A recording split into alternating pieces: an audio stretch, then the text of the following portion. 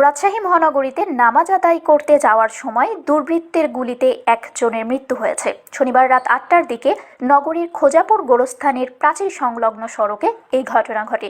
মৃত মোস্তফা তাইমুর উদ্দিনের ছেলে। তার বাড়ি রাজশাহী নগরীর মতিহার থানার ডাশমারি গ্রামে। মতিহার থানার ভারপ্রাপ্ত কর্মকর্তা আবুল কালাম আজাদ এসব তথ্য নিশ্চিত করেছেন। স্থানীয়রা জানায়, মোস্তফা মসজিদে নামাজ আদায় করতে যাওয়ার সময় দুর্বৃত্তরা তাকে লক্ষ্য করে গুলি ছোড়ে। এতে তার ডান পায়ে গুলি লাগে এবং তিনি ঘটনাস্থলেই জ্ঞান হারিয়ে ফেলেন। পরে স্থানীয়রা তাকে উদ্ধার করে দ্রুত রাজশাহী মেডিকেল হাসপাতালে নিয়ে গেলে সেখানে কর্তব্যরত চিকিৎসক তাকে মৃত ঘোষণা করেন।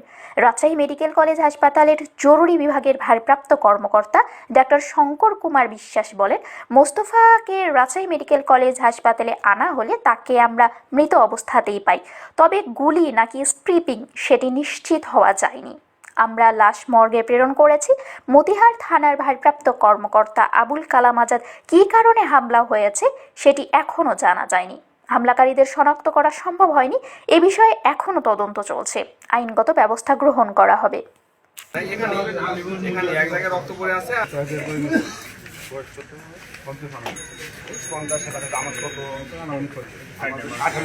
ছবিটা আছে রে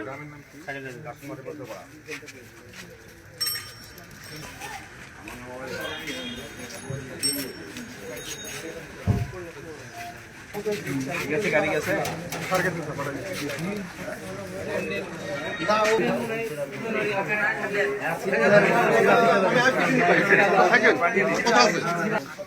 ঠিক আছে, আমি ফুটেজ দিচ্ছি, আপনার যাচ্ছি।